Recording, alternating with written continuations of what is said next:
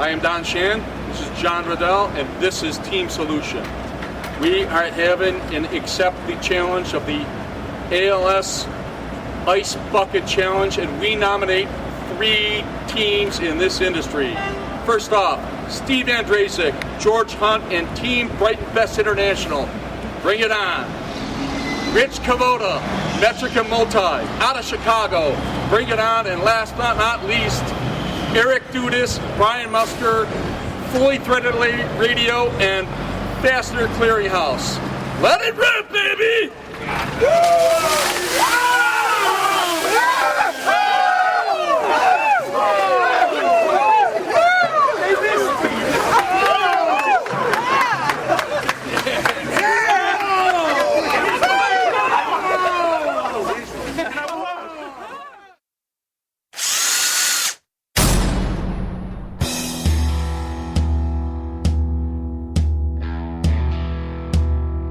It's time for Fully Threaded Radio.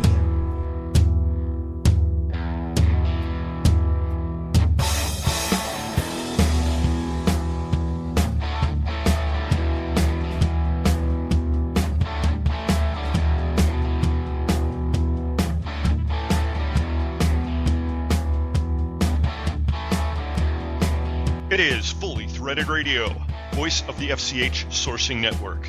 This is the program where if you buy, sell, import, or you just kind of really dig fasteners, well, you're right at the right place. I'm Eric Dudis. He's Brian Musker. How you doing today, Bri?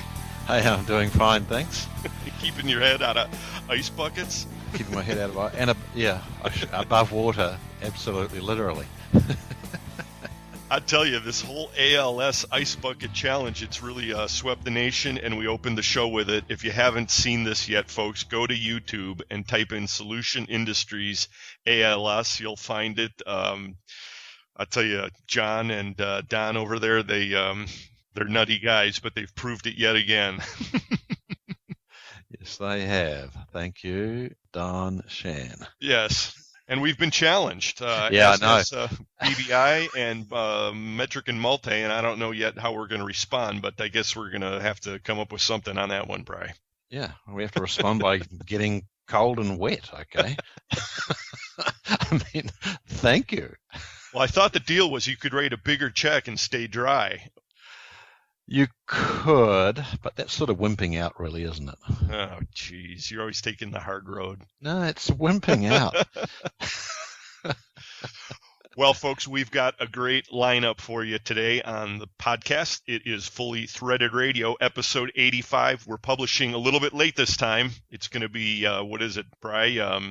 August 26th. And we've had a few reasons for that, but I think the quality of this show is going to make up for it, everybody. The feature segment today is an interview, another in the installment in the series Legends of the Industry by our great friend Dan Zehnder. This time he'll be interviewing George Wasmer of Lake Erie Screw fame. Excellent, excellent interview. Don't miss it, folks. We've also got the Fastener News Report, as always, with Mike McNulty. This time he's got stunning July FDI numbers, and, he's got some analysis on that one I don't think you're going to want to miss either. Plus, he's also going to be joined by Gilchrist of the Gilchrist Foundation, and we're pleased also this episode to bring you the second installed Fastener Training Minute with Fastener Training Institute instructor, Mr. Carmen Vertullo. So it's going to be a good one, Bri. Yeah, I know. And I'd like to mention that we couldn't do this show without sponsors who provide lots of incitement and encouragement to us. And the sponsors of Fully Threaded Radio are Stellfast and Trinity Hardware Headquarters. Stellfast, for service you deserve and people you trust. And Trinity Hardware Headquarters, for parts done right. Also sponsoring Fully Threaded Radio is Buckeye Fasteners, Volt Industrial Plastics, Fastenal, and Solution Industries, home of Solution Man and Ice Bucket Don Shan. Thank you very much, Don Shan, who apparently believes that we do not spend nearly enough time showering after our workouts and need them to be rinsed with a bucket of cold water as well. And also this episode, we'd like to welcome our new sponsors, Indie Industries, who are going to be sponsoring the Fastener Training Minute.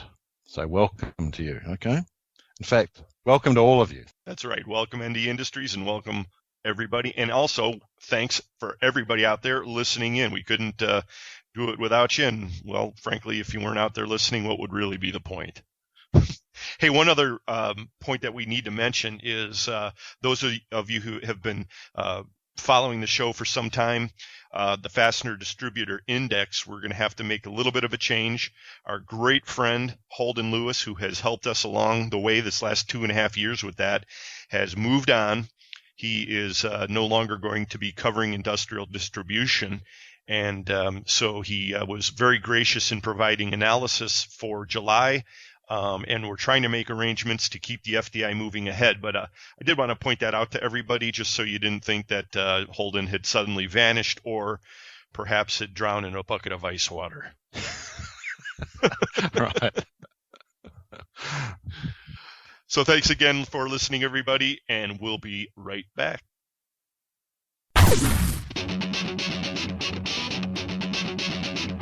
When top quality and outstanding service are at the top of your list in fastener suppliers, turn to Stellfast. Since 1976, Stellfast has grown to become an industry-leading importer and manufacturer of the highest quality industrial fasteners, specialty items, and automotive parts. Our array of facilities across North America and in Asia, along with full quality control labs and ISO 9001-2008 certifications, ensure the highest quality parts, and at Stellfast, they're delivered with undisputed service excellence. We're family-run and dedicated to your success. Our customers have come to depend on the expertise of our staff and the quality of our products. We also offer a wide range of secondary services to meet some of the toughest requirements you might have. Contact Stellfast today through our website at www.stellfast.com and put us to work for you. Stellfast. Service you deserve, people you trust.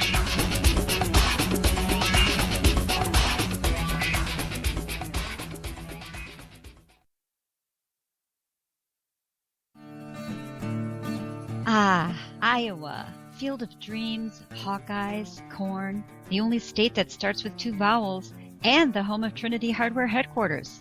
What's so special about Trinity Hardware Headquarters?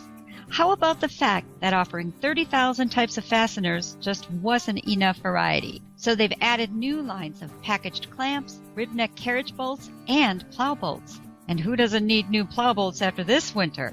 Trinity Hardware Headquarters also has over 600 cushioned clamps made in the USA by KMC, 18 sizes of ribbed neck carriage bolts, and over 40 sizes of plow bolt kits. And that's just the new stuff.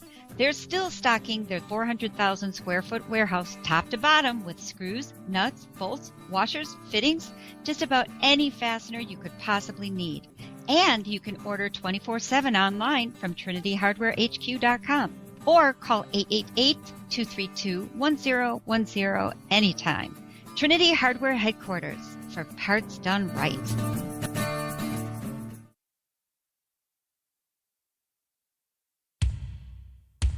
First, there was fire, and man said, "Fire good." Then there was the wheel, and man said, "Wheel good." With the invention of the wheel came the need for fasteners, and man loudly exclaimed, "Buckeye, good." Buckeye Fasteners, providing quality products since the dawn of man. The preceding message was brought to you by Buckeye Fasteners and the Ohio Nut and Bolt Company, proud fastener show sponsors of Old Rusty Bolt Beer, official beer of the Traveling Salesman. Tell 'em Grog sent you. Ugh. My customer sent me a print for a bolt specifically for the machine in his shop, but we can't make it. Solution Man can. Provide me with the print, and my superhuman CNC machining team will custom make it for you faster than a manufacturer's rep drinking at an open bar. Visit the Solution Industries website for details at solutionind.com. Wow, that is fast. So are you at the Distributive Social, huh? This is Dave Parketney with Forefront Fasteners, and you're listening to Fully Threaded Radio.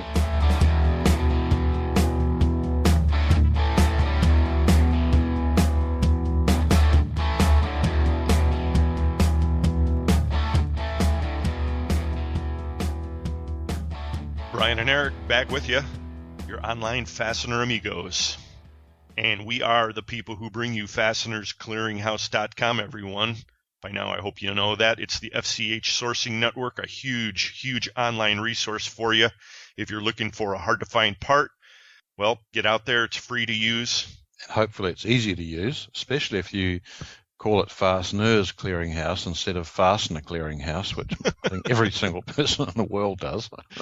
We're never going to get away from that one, Brian, I have a feeling. But fortunately, enough people seem to make it there, and it is a great resource, so please do use it. On the other side of that coin, if you're looking to move some inventory, we'd be thrilled to have you with us.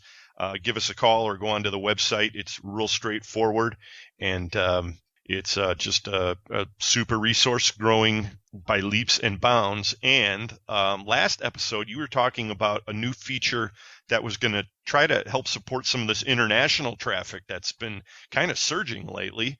And you actually went ahead with that, didn't you? Right. And, it's sort of, we've always known that people all around the world use Fasteners Clearinghouse because we can tell just by monitoring the search activity hour by hour that, as the sun moves around or the world rotates around the sun, the usage, I was trying to say, I'm thinking, here I am back in, 300 AD, the sun's spinning around the world. The usage is interesting because we can tell that it's used in Asia because, by 6 o'clock Central Time, 7 o'clock, then, things are dying down in California. People have gone home. But then by about 9 o'clock or 10, then activity picks up again because it's working days in China. And then it just keeps going. By about, 1 in the morning, it's in, the activity in Europe's on Germany and England and all those countries. So it's why it's really hard to, shut down FCH for maintenance because it's basically in use 24 hours a day now.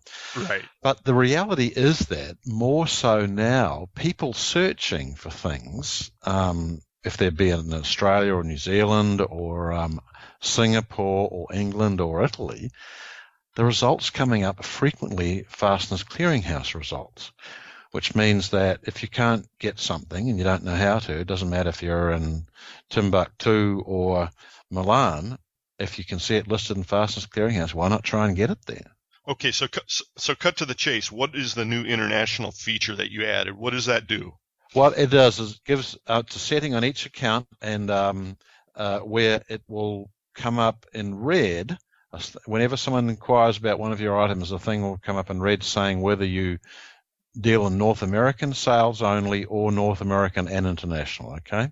Got it. And the default will be North American only, and you have to go into your account and reset that to make it come up international sales, okay? Got it. So we'll be sending out an email to all active FCH members to remind you, and you can go in there. So if you do ship internationally, you'll make sure you'll want to have that setting so it's real obvious to all of our international users. Right. And they've requested that, incidentally. Another couple of things, we've just added 2 new categories. We've actually had the stuff in this, FCH for the last 6 years, so it's been replenished since then, but we've added safety equipment as a category, mainly for gloves and glasses and things like that. And we're working with one of my good mates, Alan Wasmer, over at JC Sales, to try and get sealants and adhesives classified correctly. I never thought I'd see the day. Right. I said, we're not quite there yet, but we've got a few more categories to add, and we're building on those, okay? Nothing threaded about that, but no, I guess we'll take it. No, it's true. It's like industrial hardware. I mean, it just happens to a lot of fastener companies sell this now, and because people, want their one-stop shopping, so we have to do it too. I get it. So there you go, folks. Get out there, please, when you need to. It's www.fastenersclearinghouse.com. We'd love to have you, and hopefully you'll agree that it's a great resource. We're going to have the Fastener News Report coming up in just a little while, but first we wanted to present the second installment of the Fastener Training Minute. Again, This week, it's brought to us by ND Industries, and it's going to be a pretty good one. Let's play that right now, Bri. Yeah, right.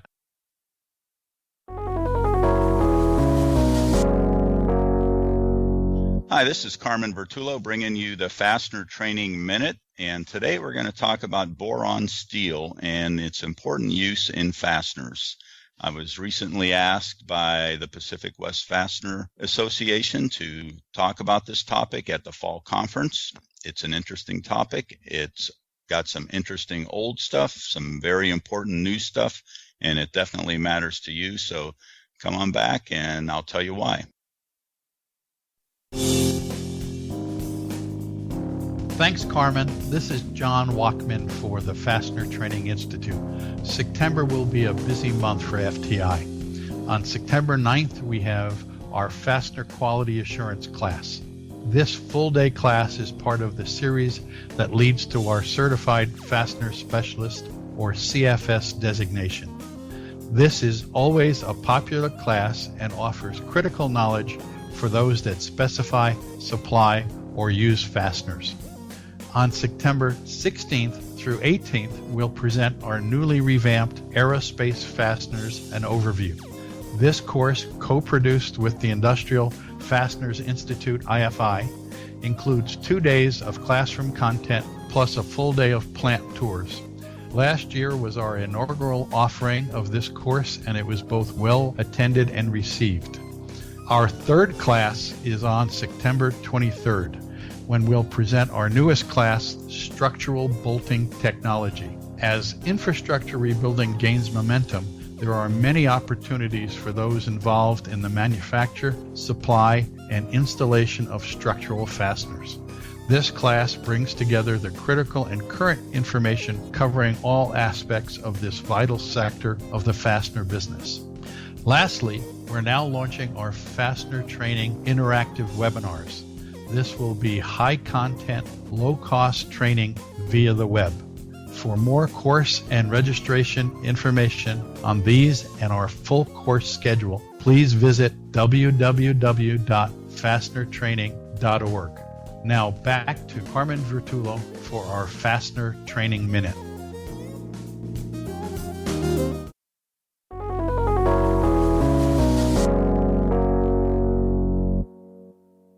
Carmen Vertullo back with you. I am with Carver Consulting and the Fastener Training Institute, and today we're going to talk about boron steel and why it's such an important material for fasteners. Most of you probably know over the past decades, boron steel got a kind of a bad rap for some undeserved reasons. It's actually a very important material. It helps us to make fasteners cheaper and easier. Well, boron steel allows us to use steel with less carbon to make higher strength fasteners. One of the workhorse materials for fasteners is a material called 10B21 or 10B22. It's a medium carbon steel, actually could be classified as low carbon even, and we use it to make product that's medium strength, such as grade 5 and property class 8.8. When we use just a very small amount of boron in the steel, it makes our tooling last longer, the fasteners form easier, and it makes heat treating easier. So we end up with a product that is overall less expensive. Most importantly, we've had some recent specification changes that allow boron steel to be used in some fasteners where it was prohibited before. We'll be talking about this at our Pacific West Fastener Association Fall Conference. If you're interested, show up and learn some more stuff about boron steel and why it's important for fastener manufacturing. And this is Carmen Vertullo with the Fastener Training Minute. Thank you for listening.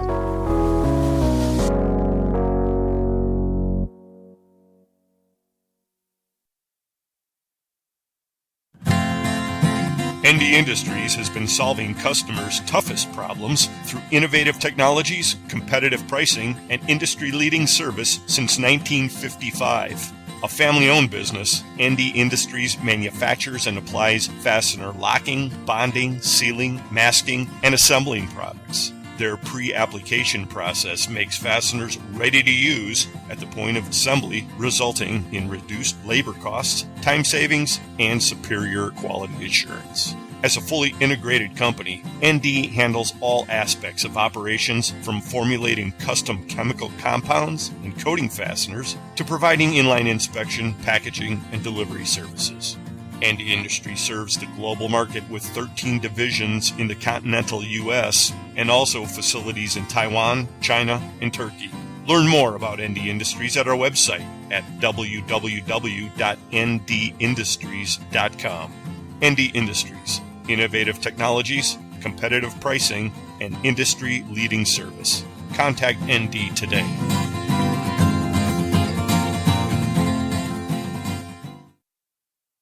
And that was another great job by Carmen. And, I got to say, John Walkman sounded pretty good this time, too. Maybe he had his hat on. Doesn't he always? Yeah. Want to point out to everybody that Carmen mentioned he would be presenting this subject of the boron carbon steel at an upcoming PAC West event. However, we recorded this a little while ago, so that already happened. However, get out there to pac-west.org anytime, because they always have a fantastic lineup of events. And I know they've got a dinner meeting coming up, and so it's a great organization. And of course, everybody knows that the Fastener Training Institute got its genesis there. Yeah. And we also appreciate, once again, ND Industries for sponsoring the Fastener Training Minute. I think this is going to be a really great thing going forward. Yep. Also speaking of the Fastener Training Institute, we announced recently that we are participating in a scholarship program, and one fortunate and deserving individual will be receiving a full ride to the Fastener Training Week. It'll be their choice, either the West Coast in the Cleveland area or on the new East Coast version.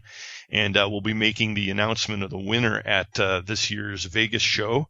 And all you need to do is send us an email, 300 words or so. Mail it off to our email address, ftr@fullythreaded.com. We'd be thrilled to hear what you think and why training would benefit your career. And I'll tell you what, that certification is holding some weight out there, Bri. Yeah. Well, so it should. Got good people doing it. They know what they're doing. And the lovely and talented Lynn Dempsey will be helping us judge all that, so don't have to worry about ice bucket head people, screwing it all up. Right. Also, speaking of Vegas, got a note here from Wi-Fi maven Pam Berry. Guess they've got a pretty exciting program. She's saying here in her note that it'll appeal to many men and women.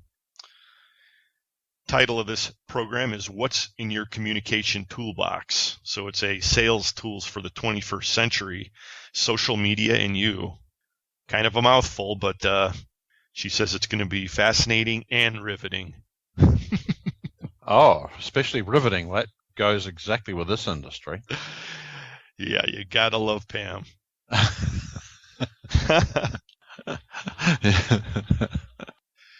Website for Wi-Fi, if you want to get more information on that, www.fastenerwomen.com.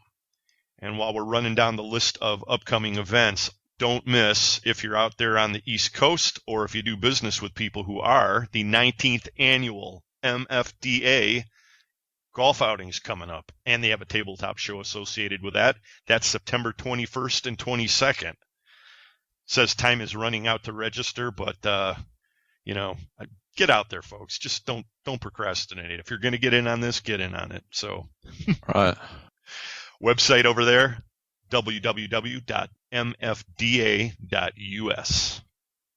And as previously announced, coming up, we've got some startling FDI information for you on the Fastener News Report with Mike McNulty, along with more exciting scholarship information as Robbie Gilchrist joins Mike today. Oh, cool. Yeah. That's the Fastener News Report. News about screws you can use. And here it is. Thanks, Eric and Brian. This is Mike McNulty from Fastener Technology International Magazine, bringing you the Fastener News Report, which is sponsored today by Volt Industrial Plastics, makers of the world's finest plastic fasteners. As usual, I am recording live in Northeast Ohio, which is quickly becoming a focal point for spectator sports with the addition of LeBron James in basketball and Johnny Manziel in football. Even with these ESPN-driven distractions, I am still focused on the fastener industry and bringing you the latest edition of the Fastener News Report. In today's report, we're going to get the July 2014 results of the Fastener Distributor Index, also known as the FDI. We're going to talk fastener industry scholarships with Robbie Gilchrist. Also in today's report, we have newsmaker headlines from Continental Midland Group, Bockers, McDermott, the International Staple Nail and Tool Association, and Brugola. On the back page report, we're going to talk about the size of the global fastener industry. We will get to all of the fastener news right after this. Whether you need a small or large number of fasteners, there is no reason why you should have to sacrifice quality or service for that matter. Volt Industrial Plastics takes great care with each and every order to ensure you receive a quality fastener in a timely and affordable manner. Our state-of-the-art production equipment allows us to produce any quantity you request quickly and efficiently. And with same-day shipping on nearly 1 million in-stock fasteners, we carry an inventory so you don't have to. Visit us online at voltplastics.com to find out more about our quality American-made products. Volt Industrial Plastics, manufacturer of the finest plastic fasteners in the world. For a selection of hundreds of thousands of fasteners, check out your local Fastenal store or Fastenal.com. We can stock domestic or internationally sourced product locally and keep your bin stock filled for you at no additional expense. We are a 9001-2008 certified company that's made a huge investment in quality control so you don't have to. And if you can't find it on our shelf, we can make it for you at the quantity you need at one of our many manufacturing facilities. Learn more by contacting your local Fastenal store or visiting Fastenal.com today. Fastener friends, if you're looking to celebrate a big sale, or if you just want to unwind after a tough day on the job, do it with the golden brown goodness of Old Rusty Bolt beer. It is the finest tasting beer in the fastener world because Old Rusty Bolt beer is brewed specifically to satisfy the palates of fastener folks everywhere. That name again, Old Rusty Bolt beer. An Old Rusty Bolt added to every bottle to enhance flavoring. Get some today. The preceding message was brought to you by Buckeye Fasteners and Yahoo and Bolt Company, official fastener show sponsors of Old Rusty Bolt, the preferred beer of traveling salesmen. Tell them Rusty sent ya. You're listening to Mike McNulty's Fastener News Report on Fully Threaded Radio. In July, the FDI took a giant leap forward to a new record of 62.4. Fastener Distributor Index data is collected by the FCH sourcing network, and it seeks to identify demand, pricing, and outlook trends within the American fastener distribution industry. The statistical driving factors behind this huge jump are strong results in the sales and delivery numbers. In other words, fastener distributors sold and shipped lots of fasteners in July. Survey respondents also reported slight gains in pricing, flat results for inventory levels, and a slight dip in employment numbers. While the composite number soared to a new high, the long-term outlook took a noticeable hit, as 23% of FDI survey respondents now expect their fastener business to be worse 6 months from now. This is a major increase from the first half of 2014 and most of 2013. I suspect that this could be the result of increased chaos and aggression in the Middle East and Eastern Europe. The FDI cycle of results for 2014 has definitely been more volatile and interesting than the steady seesaw results that we saw in 2013, and I, for one, am hoping that the industry can string together several months of higher results. Let's see what happens with the FDI in August. Next up, let's move on to today's top fastener newsmaker headlines. Monomoy Capital Partners, a New York private equity fund, has acquired Continental Midland Group and Tiffin Holdings, LLC from the Kaminsky family that has owned and operated the business over the last 10 years. Terms of the transaction were not disclosed, but CMG is a $240 million manufacturer of screws, nuts, bolts, and cold form parts and stampings for car makers, automotive suppliers, and industrial manufacturers. CMG trade names include Continental Midland, Jacobson, Tiffin, MSD Stamping, and Minuteman Distribution. 6 facilities are operated in Illinois, Indiana, and Ohio. Bockers Incorporated, based in Minneapolis, Minnesota, has expanded its stamping and washer production capabilities. The expansion includes the addition of high-capacity finishing equipment to increase productivity on short, medium, and long runs. Balker's products are available in low-carbon steel, spring steels, stainless steel, aluminum, brass, copper, and nickel silver. McDermott Incorporated in Waterbury, Connecticut, recently hosted its second Fastener Summit.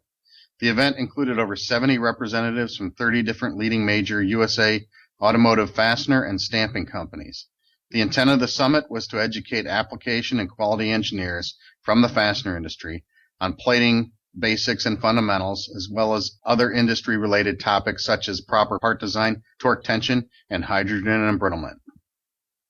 John Kurtz, who is the Executive Vice President at the International Staple, Nail, and Tool Association, headquartered in LaGrange, Illinois, has received the ASTM International Award of Merit from Committee F16 on Fasteners. Kurtz was honored for his dedicated participation in the industry as well as for his technical expertise in the development of fastener industry standards. Italy-based Brugola is investing $19.6 million in a new facility that will create up to 58 new jobs in Plymouth, Michigan. The company, which currently employs 13 people in a logistics and warehouse facility in Canton, Michigan, makes automotive powertrain and engine fasteners. And our top newsmaker headline is that the Gilchrist Foundation has awarded 6 scholarships from the pool of 2014 applicants. The names of 5 of the winners were announced last month, and they are Molly Brown from Worth Adams, Mark Vale from Baco Enterprises, Kyle Stram from Snyder Bolt, Caleb Huntington from Elgin Fasteners, and Charlie Kunza with Worth Adams. The 6th person will be announced at the upcoming MWFA meeting in November. To get some details on this program, we talked to Robbie Gilchrist. Hi, Robbie. Thanks for joining us on the Fastener News Report. What can you tell us about the 2014 winners of the Gilchrist Foundation Fastener Scholarships?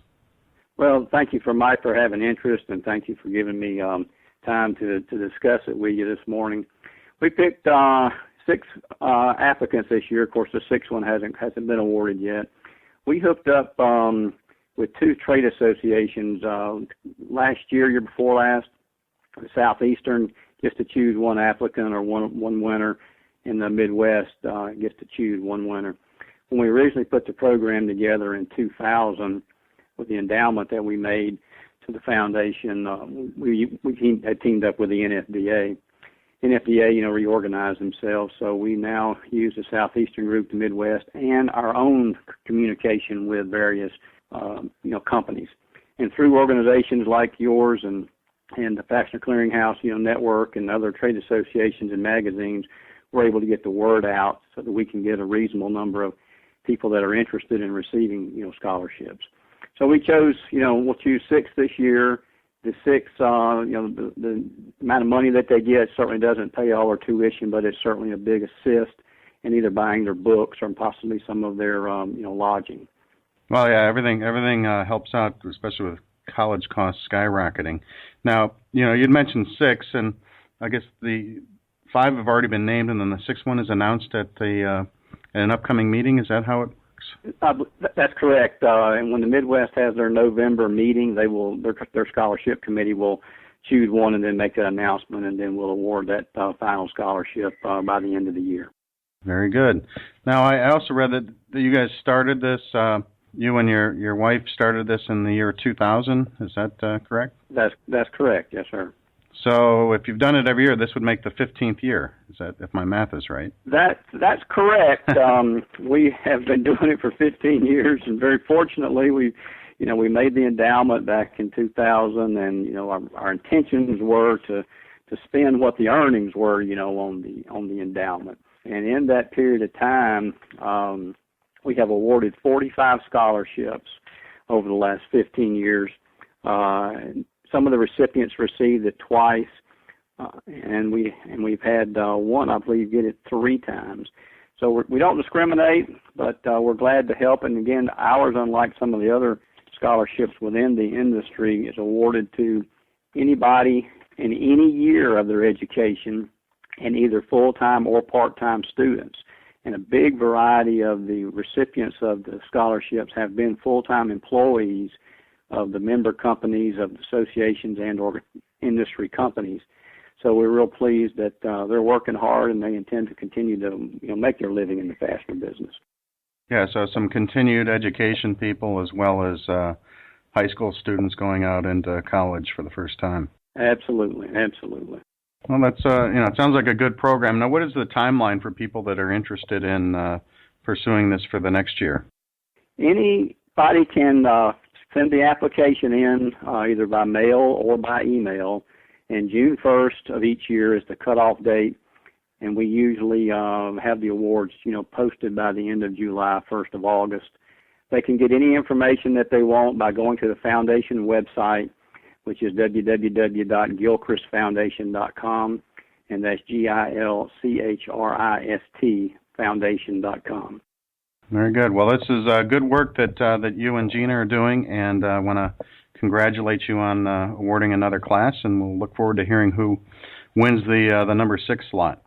There you go. Thank you so much. All right. Well, thanks for joining us, and again, thanks for the work that you do for the fastener industry. Thank you very much, and I appreciate your interest. Take care. Thank you.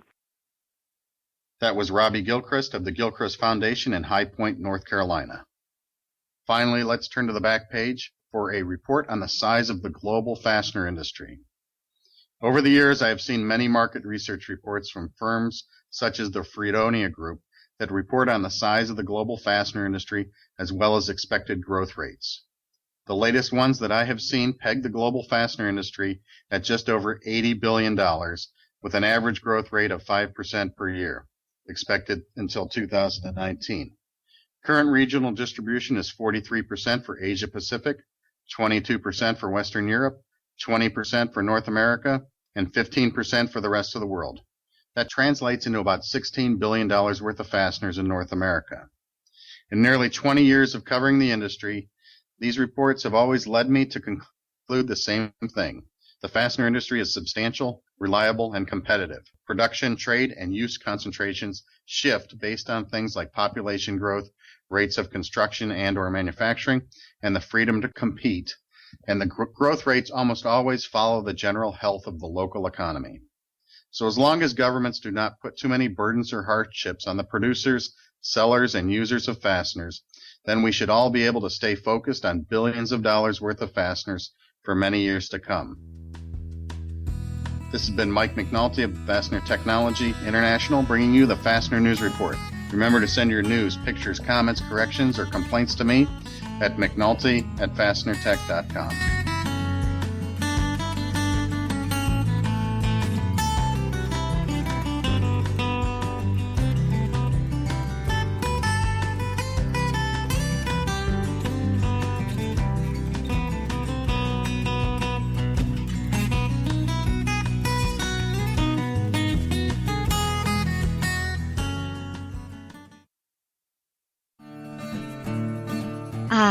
Iowa, field of dreams, Hawkeyes, corn, the only state that starts with 2 vowels, and the home of Trinity Hardware Headquarters. What's so special about Trinity Hardware Headquarters? How about the fact that offering 30,000 types of fasteners just wasn't enough variety? So they've added new lines of packaged clamps, rib neck carriage bolts, and plow bolts. And who doesn't need new plow bolts after this winter? Trinity Hardware Headquarters also has over 600 cushioned clamps made in the USA by KMC, 18 sizes of ribbed neck carriage bolts, and over 40 sizes of plow bolt kits. And that's just the new stuff. They're still stocking their 400,000 square foot warehouse top to bottom with screws, nuts, bolts, washers, fittings, just about any fastener you could possibly need. And you can order 24/7 online from trinityhardwarehq.com. Or call 888-232-1010 anytime. Trinity Hardware Headquarters, for parts done right.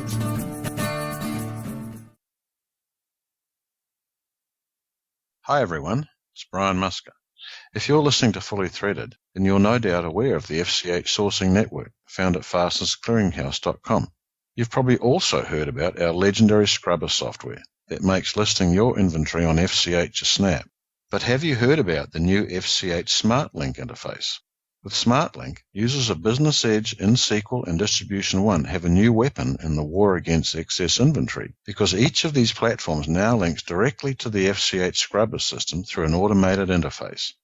The best part is that this new tool is available at no additional charge to FCH members who use Business Edge, InSequel, or Distribution One. With SmartLink, you can keep your inventory listings up to date with the click of a button, so it's a win-win for all FCH users. The new FCH FastLink interface is really big news, and we'll be thrilled to have your company using it. Business Edge, InSequel, and Distribution One users should contact their software provider for details, or just call me, Brian Musker. You can reach me through the FCH website at www.fastenersclearinghouse.com. That's fasteners with an S, and the S is for scrubber. I know my customers' yearly usage, but I don't have the warehouse space to store it. Solution Man can. Submit a blanket order, and I'll not only set up release dates, I'll offer you bulk pricing too. Visit the Solution Industries website for details at solutionInd.com. You're my fastener superhero. Just doing my job, ma'am. Hi, this is Lou from the Olander Company, serving Silicon Valley for the past 50 years. You're listening to Fully Threaded Radio.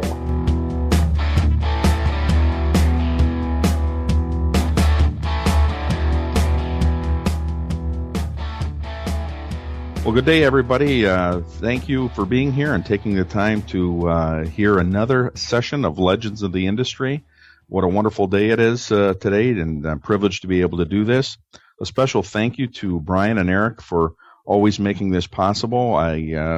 They've made me what I am today. I can't thank them enough for that. Well, that's not really true, but I say that so they feel good about themselves. And in any event, let's go ahead and get started. I tell you what. If you've ever bought a cap screw, a hex head, a bolt, special product, a special fastener of any kind in this industry ever, the guest that we have on today is truly a legend of the industry. And I'm thrilled to be able to take this time and introduce George Wasmer of the Wasmer family from legendary Lake Erie Screw in Cleveland, Ohio. And George, just thank you for being here. We appreciate it very much, taking time out of your schedule. Welcome. Well, at age 82, I have some time in my schedule for you, Mr. Zehnder. And that's very kind of you. I know that's not completely true because I know you're very busy, and we've been trying to pull this off now for several months, and the many things that demands on your time keep you focused on a lot of things. So we welcome you to the program. George, let me ask you this: what's the history of the Wasmer family, and how did you wind up in the fastener industry?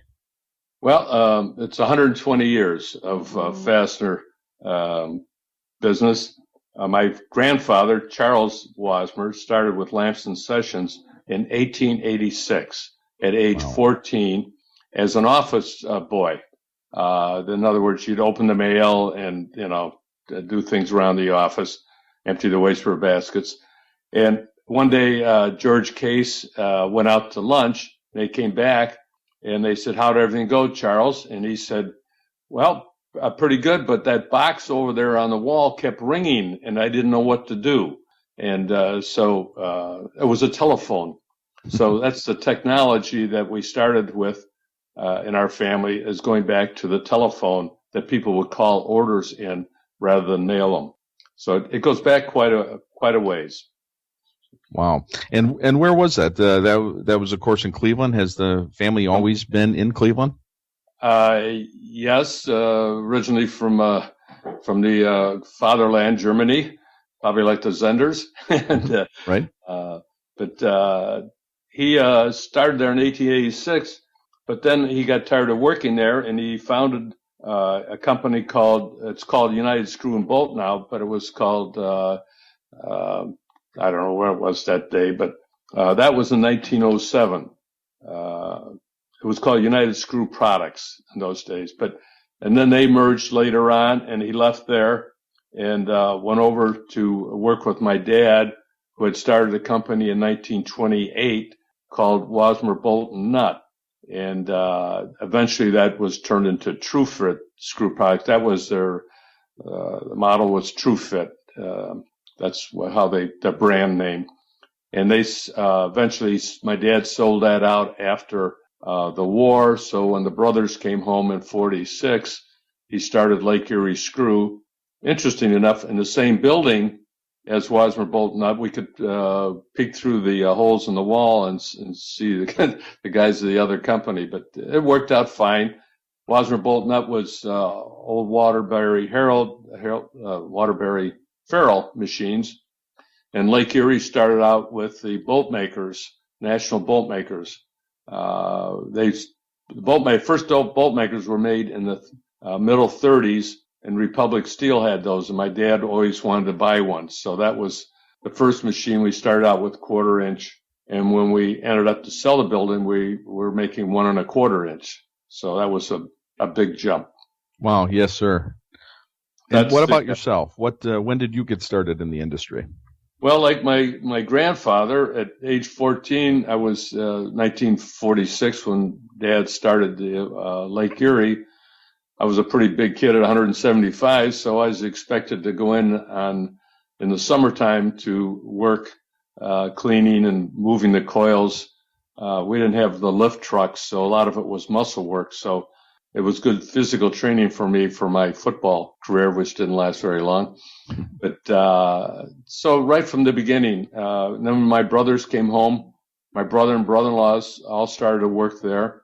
We all learned how to be bolt maker operators.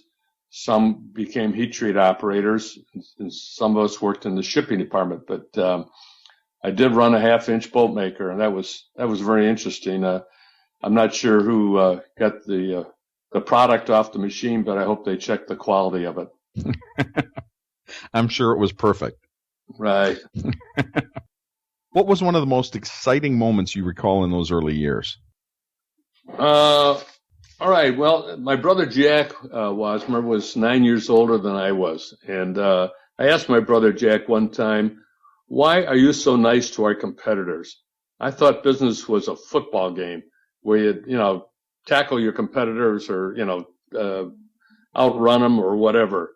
His answers was one I'll never forget. "You never know when you might need them." And I'm like, what? Why would I need our competitor? An example is that we had a 1 inch bolt maker and we're just getting started out in structural bolts. RB&W was in Bethlehem, were the big operators in those days in structurals. So what happened? RB&W's machine went down and they called my friendly brother, and we sold them several truckloads at our price.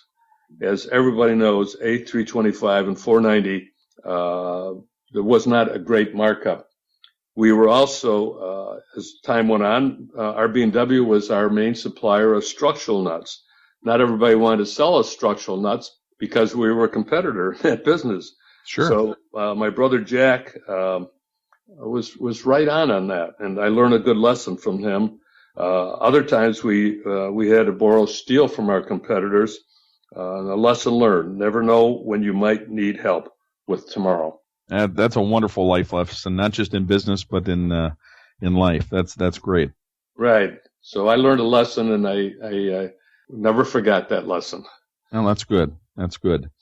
Well, working with your dad, your brother, and some of the family members and the folks in the beginning, that must have been great.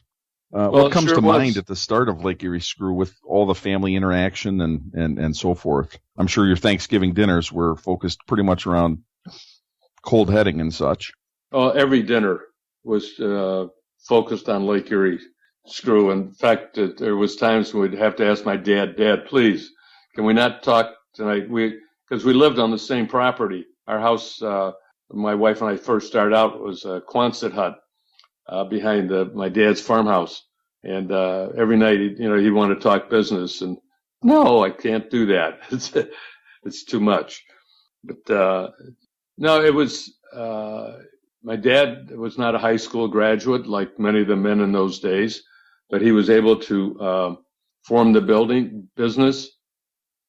Operators from Republic Steel, and those men got us started on these machines, and they ended up as our supervisors and managers as the years went on. And we kept growing from 1/4 inch, 5/16, 3/8, all the way up, as I said, to the 1 1/4. And in the end, before we sold, we got up almost to $100 million The first year sales were about 300,000. So we're very proud of being able to build a company in that period of time. Yeah, having lived in Cleveland myself and been in the industry a long time, family businesses are not always a bed of roses, and your family and the way you lived as a group and team was always very well respected and a good example for the rest of us. Well, my dad, when he retired, which he never really did, but just before he died in 1984, he wrote a note, bits of advice. Number one, work hard, and if you achieve some success, don't get too big for your britches. After all, you had a lot of people helping you. Number two, if you have a good year, and before you take something extra for yourself, make sure you do two things. A, see that your people share in the good fortune in fair amounts. B, see that you contribute generously to those in need in your community, and try to do it without public recognition. Number three, be honest with your people, your customers, yourself. And that was pretty much his formula. It's not a lot of words, but there's a lot of sense. He would get tickets to the Cleveland Indians, and those days it was easier to get them. We take everybody and their families. Interesting enough, there was one fella who didn't like the Indians. He didn't want to go, and he called my dad to see if he could have the cash instead. And the answer, of course, was no. You either go to the game or you don't get paid for it. That's funny. Yeah. I think one of the things that happened in my life over the years was I was a past chair of the IFI. I was chairman in 90 and 91. In 91, the Fastener Quality Act, the Public Law 101-592, came to fruition, and I was asked to represent the domestic manufacturers. That was quite a big item in my life. It's like, whoa, I'm going to be going to Washington. There was a couple of people that were there. It was John Sullivan from Accurate Fasteners in Boston, representing the distributors.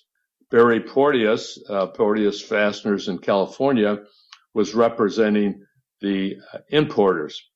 And we ended up doing a lot of business with both those guys, by the way.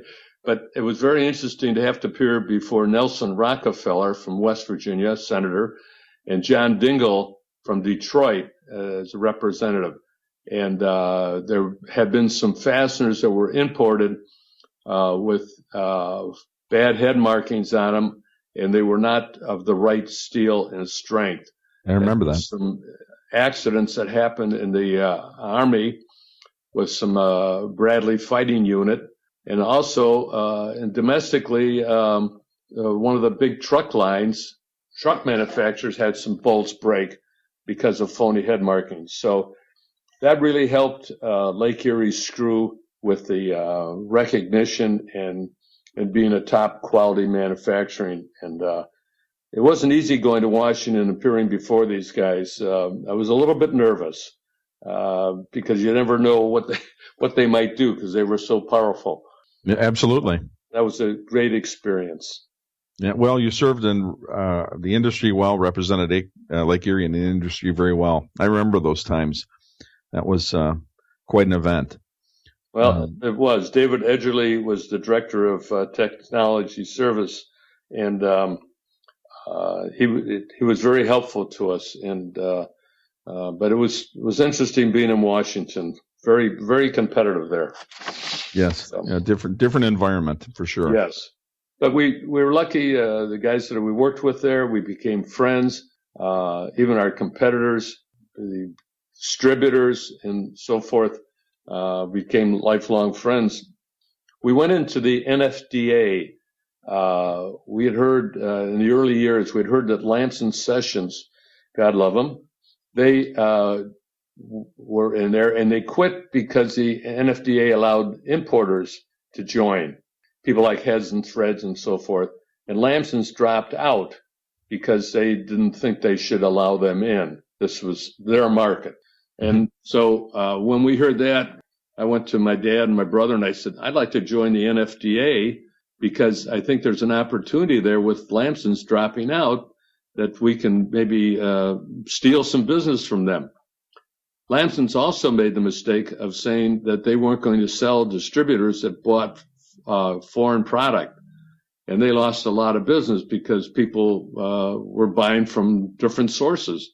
I remember that. We were able to gain a lot of that business because of a move on their part. And then they decided they would sell the distributors again after their salesmen were pretty upset that they were losing their commissions. Right. And by then it was too late. People said, no, we're not going back to you. And Lake Erie had captured a big part of that business. And serves it very, very well. Yes, it was. And Ernest Machine was a big factor in that business and also at the NFDA. Oh, yeah. Yeah, that was those were some very fun days. I remember buying and scheduling material then. That was shortly after my career began. Yes. And the thing that I remember, the story that I remember with Lake Erie and everything that stood out when I first started in the industry, of course, my grandfather, on a handshake, purchased material from your father. And right. That's how Grandpa got started at Ernest Machine was born. And he says that's how things were done back then. And your word meant everything. And a handshake was a contract. And well, there was you a didn't lot violate of trust that in those days. Yeah, you did not violate that. And, of course, your father gave him very generous 90-day terms. Yes. One of the other interesting things is the head marking. Now everybody pretty much knows the head marking business, but where did it start? It started with Premier Corporation back in the 50s. My brother-in-law, Jim Dorncott, and called on Premier, and we sold him some 1038 and alloy, but they wanted to get into something special. So a guy by the name of Paul Manerick, who was the vice president of purchasing, and Jim came up with this idea of a head marking on the head. And so we worked on that, and they came up with supertanium. And they also decided to make the head a little thicker, so they called it better wrenchability. And people bought into that, and we started making the supertanium. And then their competitors found out about it, and like, whoa, what are they doing? They're starting to capture the market. So then Lawson, Carr, Bowman, Curtis, Parts Associates, there's many of them that started developing their own head marking. And that was a big plus for Lake Erie Screw, that we were able to do that and certify it. And we had a lab. We put a lab in that was very extensive, where a lot of the bolts were being tested and certified. And that was a very popular program, and it still is today. Even Porteous, who was a big importer, and we became friends, and eventually they put in a grade 8 domestic line in their catalog, which was a big success for Porteous. Yeah, absolutely. So that was, to me, it's a very interesting, how did that get started? And many people don't know that. They think that the head marking's been around for a long time. The people, the Mandels who owned Premier, used to pick up in their used station wagon the kegs of bolts. In those days, everything was in kegs. Sure. With the cardboard. But they used to pick them up, and they paid cash and so forth, or like your folks sometimes had to take 90 days.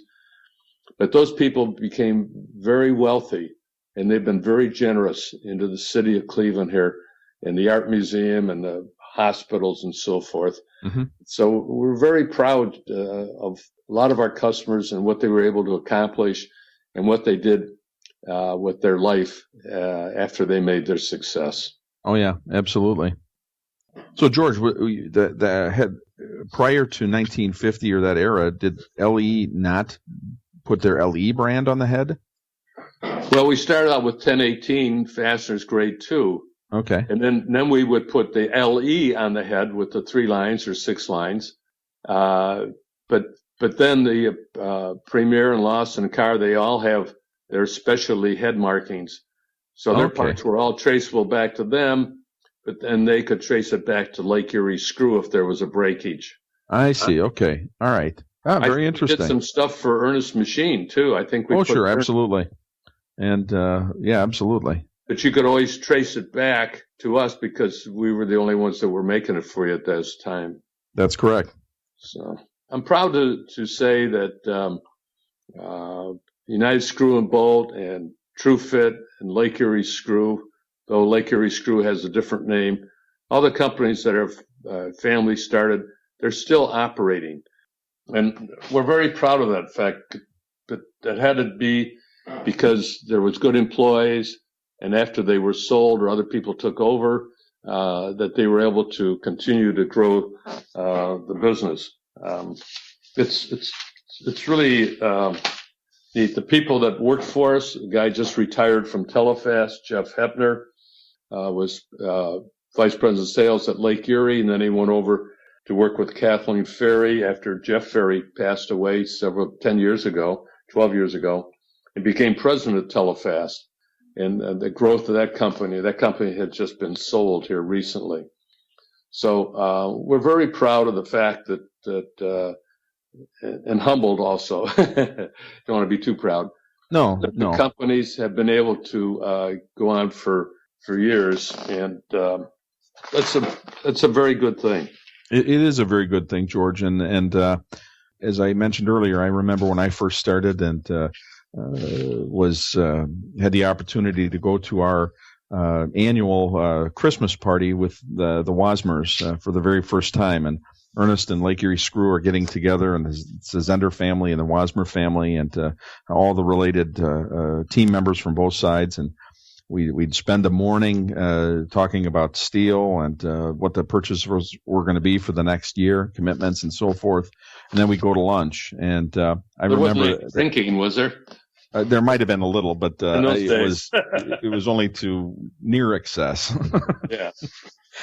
But I remember that was the first time you had given me a tour of the facility, and I'm just learning about the industry and learning about the business. And of course, you had invited me to an upcoming 2-day training class, a phenomenal class that Lake Erie had put on and so forth. But we're walking through the factory and we're looking at different parts, and you showed me these, came across the tub that had some headed cap screws on there, but they weren't threaded. And I said, "Oh, there's no threads on here," and thinking that I'm catching a mistake on some sort. Your response was, "Well, it's because the threads are on back order." Right, I remember that. That was a great line of mine. That was a wonderful line. I've used it many times, and I still always give you the credit for that. Our schools that we had for when it first started out was companies like yours, where there was sons and grandsons coming into the business. Mm-hmm. And our sales philosophy was to get to know the customer and the family and the whole bit, know what they do and whether they play golf, tennis, fishing, or whatever. And I had an obligation to learn all those things. Not very good at any of them. So that whatever the customer wanted, you said that was my favorite thing. But to have that long-term relationship was very, very powerful with us.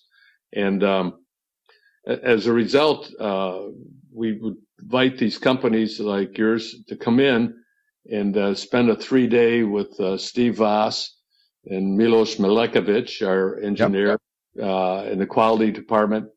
And we'd usually take them to an Indians game. That was our nightly thing.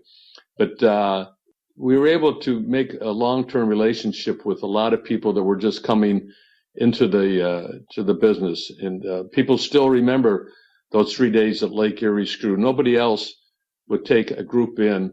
And the people that were in these groups of maybe 10 or 12, they get to know each other. Yes. And their relationships still go on forever. I remember even being invited to Bob Brown's wedding at TIFCO, and we've become lifelong friends. And he was in our seminar, so it just went on and on.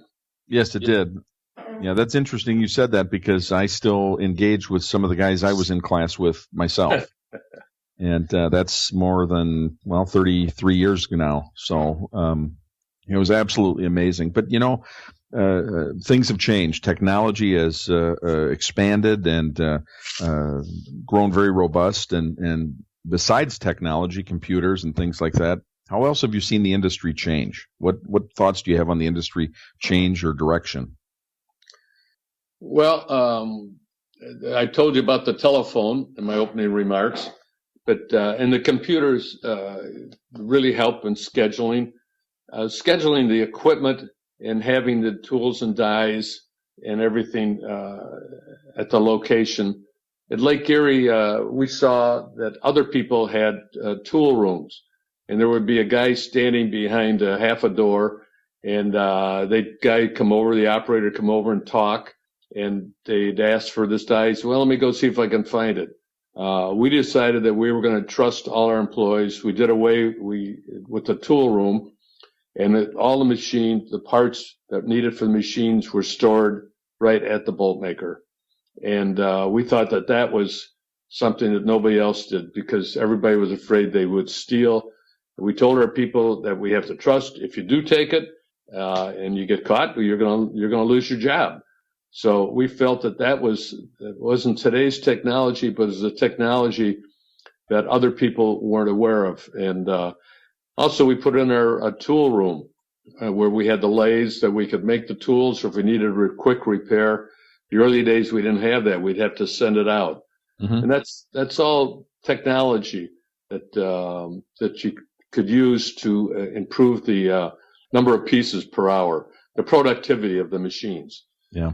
And but those are kind of things, because we didn't have necessarily the computers, but the scheduling of the machines, calling the customers, willing to make parts in advance, and hoping that they would take him, working with the distributors. We're working a lot of times with the John Deeres and so forth, that they didn't want to get caught short. We were able to work out those kind of programs with them. Yeah. Nothing to do with technology, but that was the technology that we used in those days. Today, I find that technology can also be crippling. We have sold one company that the new owners came in and they wanted to convert the company to their computer. And I think it takes away from the way the company was being run to come in the first thing and put in a new computer. I had it at a couple different companies. Bought a company called Parts Associates, which was a distributor similar to Lawson, Carr, Bowman, and so forth, smaller version. And we ran that, and the biggest problem is the computer that we couldn't ship on time. And after we resolved some of those problems and got it down to a no-nonsense type of operation, we were able to keep up on our deliveries. But the computers can also raise havoc with deliveries to the customer. Yep. You're damned if you do, damned if you don't invest in it. Well, you have to invest in them, but you have to use them where it's going to serve you best, and it can't do everything for you. You still have to do some stuff manually.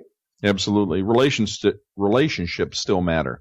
Yeah, that was the big thing at Lake Erie. Was the relationships with the people, with our customers. So, one quick story I'd like to tell you is that one of my big thrills was, of course, it cost me a few $1,000s, but I met President Bush, the first President Bush, in Barbara, and President Bush said, George, he said, what business are you in? He says, the fastener business.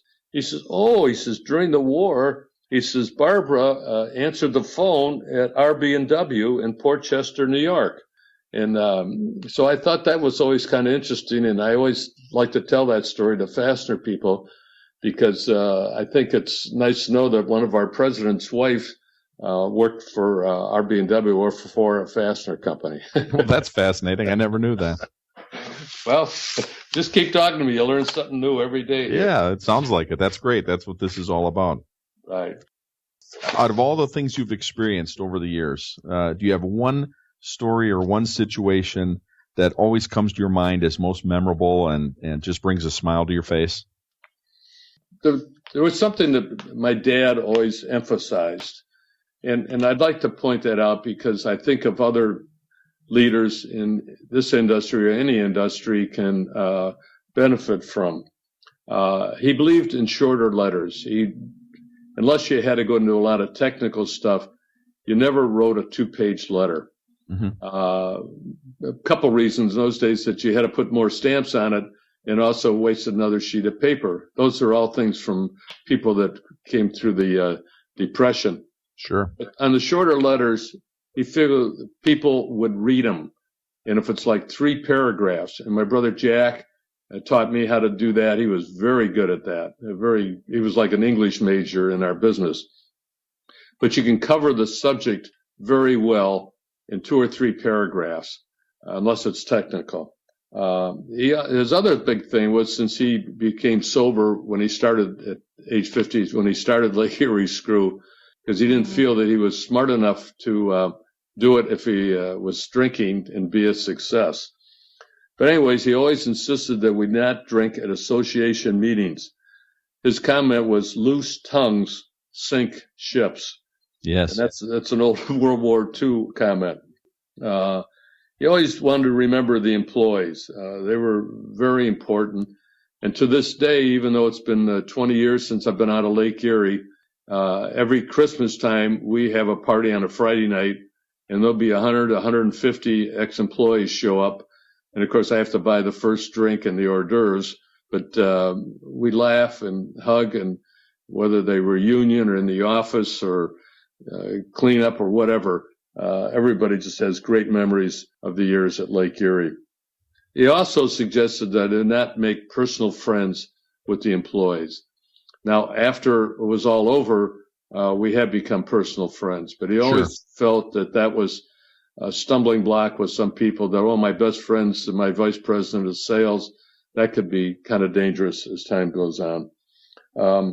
And always be fair with people. If you have the good year, there was times that we did not want to maybe increase their wages because we had a good year, but there would be a bonus at the end of the year, and that depended on the year that we had. Though they got their wage increases, but there was years where they could get maybe a month's pay because of the year that we had, and they all participated in that. And that we always felt was a very success to our business and to the productivity of our team members. Well, and I can underscore what you just said, because you and your brother, I had the privilege of meeting your father once. But I knew you and your brother a little bit better, and you more than your brother. But I always felt that as major influential people as you were in this industry, and Lake Erie leading a ship, if you will, you always made time for everybody, and even the young people coming into the business. And I always felt welcome and part of the family, if you will, when we were together. And that says a lot about who you are and how you were raised and so forth. And so, is it your mom and dad? Is it to what do you owe your tremendous success, George? Well, I think the lessons that I learned from my dad and my mom and my grandparents. I mean, just the examples that they showed us. Life today is quite different. As far as the people that want to work, the young people, there's still some people that want to work, but they're not focused on the job as much as the people that we had. And we keep trying to teach people that, to look beyond your nose, an old expression, but it's very meaningful. When you complete a job, reread the letter. And not only that, but give the letter to somebody else to look at in your department or your boss, to say, would you just check this letter? My personal letters I give to my wife, and she gives me her letters, so we read. Of course, I'm a terrible speller, so that she has an opportunity there to correct mine. But it's the little things that will help you develop a business, and the little things that you take care of. That the bigger things shouldn't happen if you take care of the little things. Right. One of the things that we did at our staff meetings, if somebody made a mistake, rather than hide it, they were suggested that they tell us what the mistake was. And I remember one day a guy said, I made a mistake, and he said, I scheduled the wrong part on the wrong machine, and we lost some production because of it. And he says, I'm sorry. I said, don't be sorry. And I said, thank you for sharing that with us. And we gave him a standing ovation. The point being, if you make a mistake, handle it. Don't hide it. Bring it out and take care of it. Right. And that was the point that we try to make with the standing ovation. And that man still today talks about that standing ovation. And he did the right thing by bringing it, and we were able to solve the problem without a lot of extra cost. Oh, that's wonderful. That's wonderful. Well, this has been a great discussion. Do you have any closing thoughts or comments, George? Anything you want to say? Yeah, we sold Lake Erie Screw in 1987 to a guy by the name of Brian Campbell, who had worked for Masco Tech, and he called it TriMas.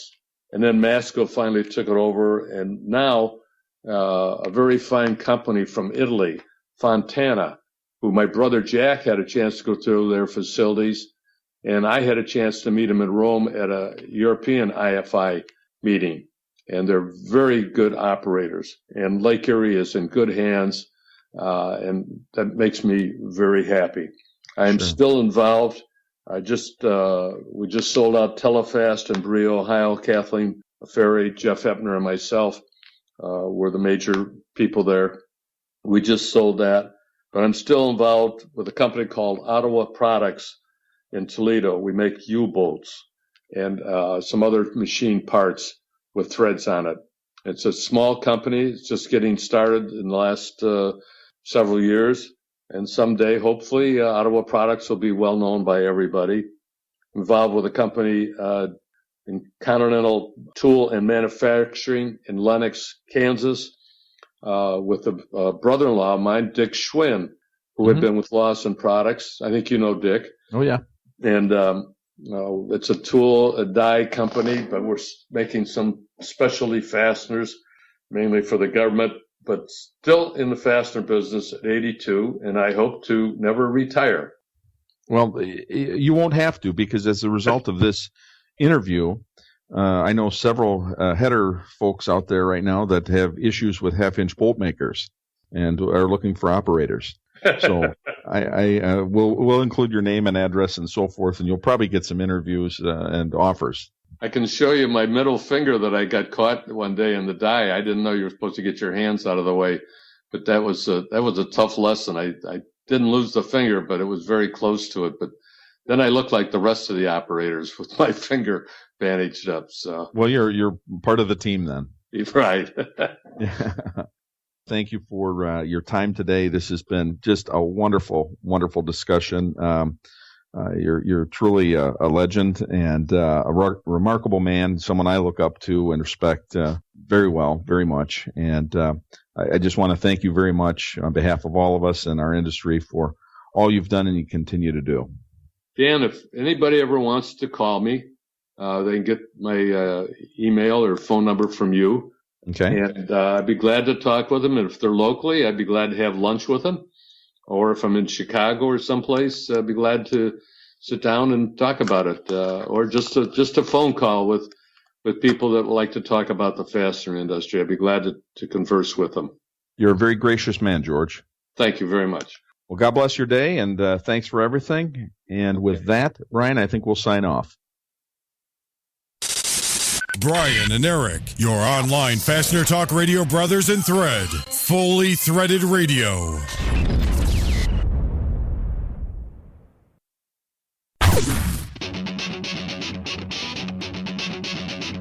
When top quality and outstanding service are at the top of your list in fastener suppliers, turn to Stelfast.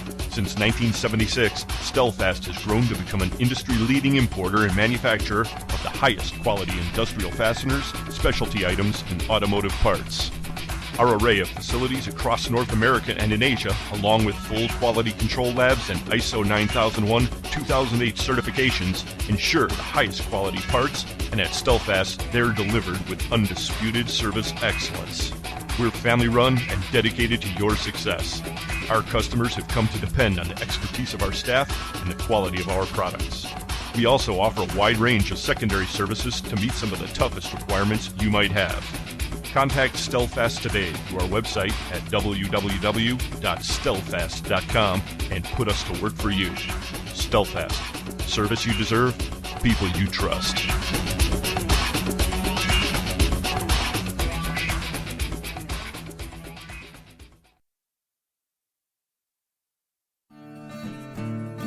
Ah, Iowa. Field of dreams, Hawkeyes, corn, the only state that starts with 2 vowels, and the home of Trinity Hardware Headquarters. What's so special about Trinity Hardware Headquarters? How about the fact that offering 30,000 types of fasteners just wasn't enough variety? So they've added new lines of packaged clamps, rib neck carriage bolts, and plow bolts. And who doesn't need new plow bolts after this winter?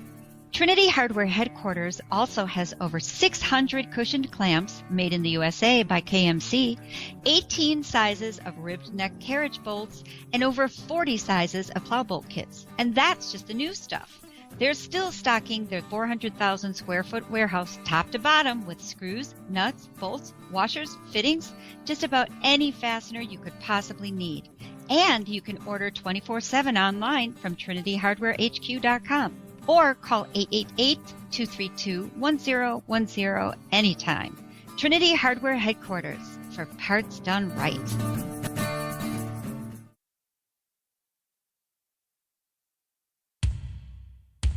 First, there was fire, and man said, "Fire good." Then there was the wheel, and man said, "Wheel good." With the invention of the wheel came the need for fasteners, and man loudly exclaimed, "Buckeye good." Buckeye Fasteners, providing quality products since the dawn of man. The preceding message was brought to you by Buckeye Fasteners and the Ohio Nut and Bolt Company, proud fastener show sponsors of Old Rusty Bolt Beer, official beer of the Traveling Salesman. Tell 'em Grog sent you. Ugh. My customer sent me a print for a bolt specifically for the machine in his shop, but we can't make it. Solution man, Ken. Provide me with the print, and my superhuman CNC machining team will custom make it for you faster than a manufacturer's rep drinking at an open bar. Visit the Solution Industries website for details at solutionind.com. Wow, that is fast. So are you at the distributive social, huh? Hi, this is Hugh Hewitt for the Injured Marine Semper Fi Fund, www.semperfifund.org. Over the past 7 years, twice a year, the wonderful people who operate the Semper Fi Fund and many amazing Marines who have been the beneficiaries of the charities that have supported the Semper Fi Fund, including many thousands of individual donors, have come into my radio studio to tell their amazing stories of serving their country, of being wounded, and how the Semper Fi Fund has helped them make that transition back to recovery. Unfortunately, Bethesda and Walter Reed are full again. More and more men and women are coming back from the war injured, sometimes awfully so. We need the Semper Fi Fund to be there for these Marines and those soldiers, sailors, and airmen who served alongside of them. Please consider a gift to the Semper Fi Fund. Very low overhead, extraordinary capacity to get money where it needs to get in a hurry, and great management, including some of the senior Marines who've ever served under the flag. When you're looking for something to do that will make an impact, please check out the Semper Fi Fund. That's www.semperfifund.org, www.semperfifund.org. This is a traveling salesman at Fastener Talk, fastenerblog.net, and you're listening to Fully Threaded Radio.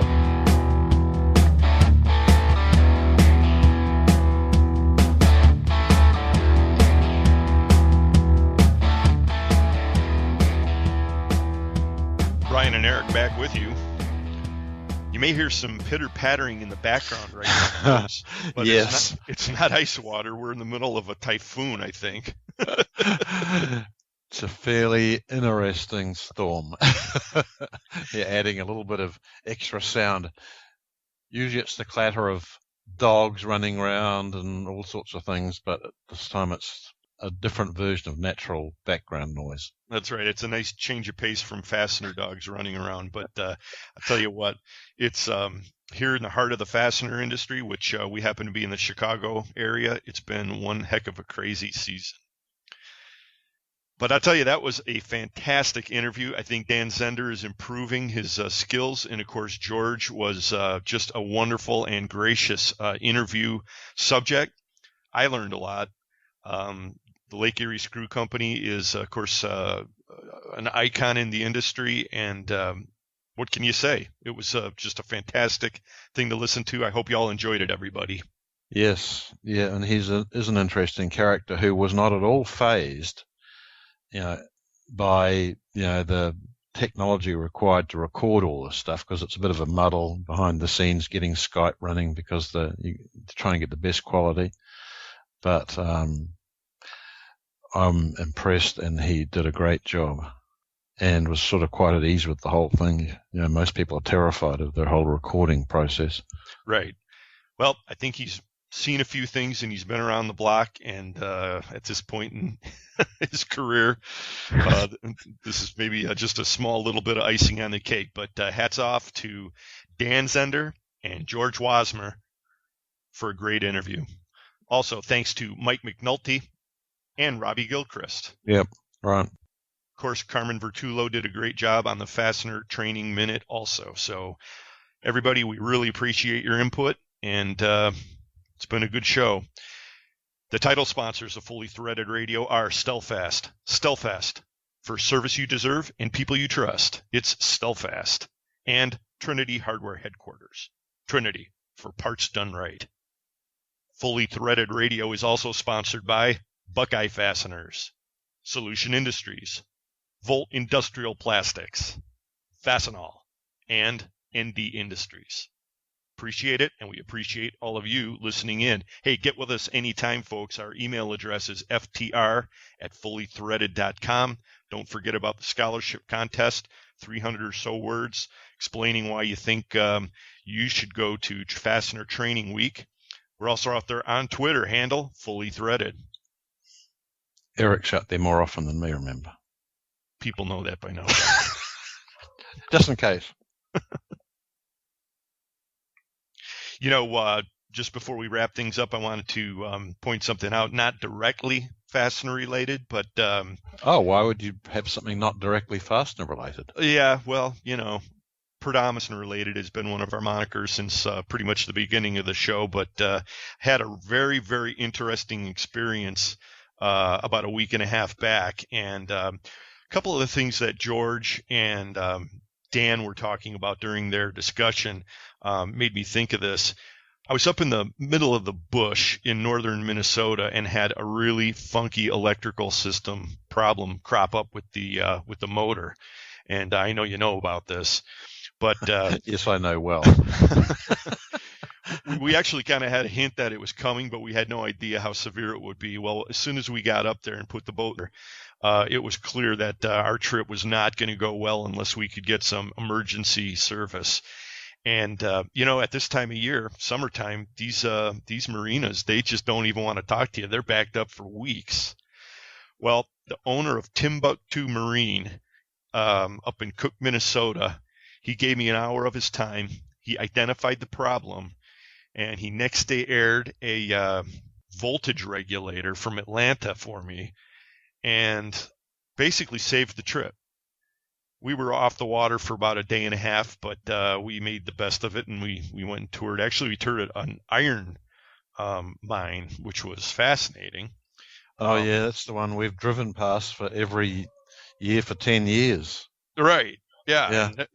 And we never stopped because we're always on our way to go fish somewhere. But in this case, since I didn't have a boat and it was a little bit more of a family thing than a pure fishing trip, we did the whole iron ore thing. We went down in a mine shaft like half a mile. It was really cool. Oh, cool. Yeah, that was great. And when you think about it, very fastener related too, because that's where it all starts, right?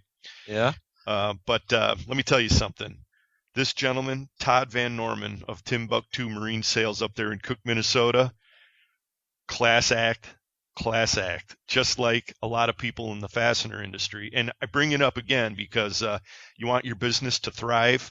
Well, let me tell you something. Anytime I'm up there and I got a problem, or I can drive the business in his direction, I'm going to do it. And I think that's what it's all about. Yep, that is the view espoused by this guy George Wasmer. Interesting guy. I mean, you'd think, his age, I deserve to retire now and take some time off. No, he's right in it still. No, I'm totally with you. And next thing you know, you're probably going to hear about him getting a big bucket full of ice water dumped on his head.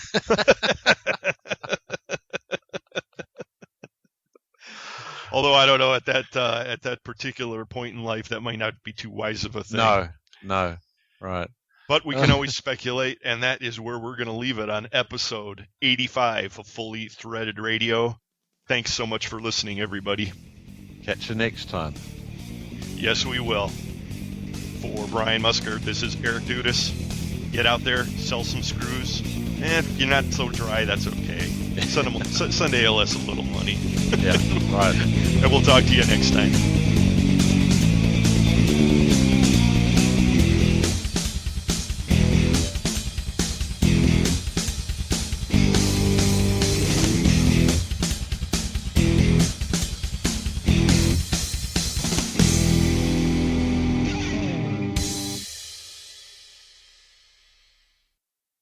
Fully Threaded Radio is a production of Fastener's Clearinghouse.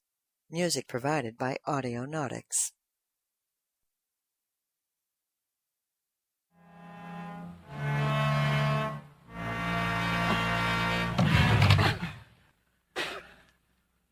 What a filthy job. Could be worse. How? Could be raining.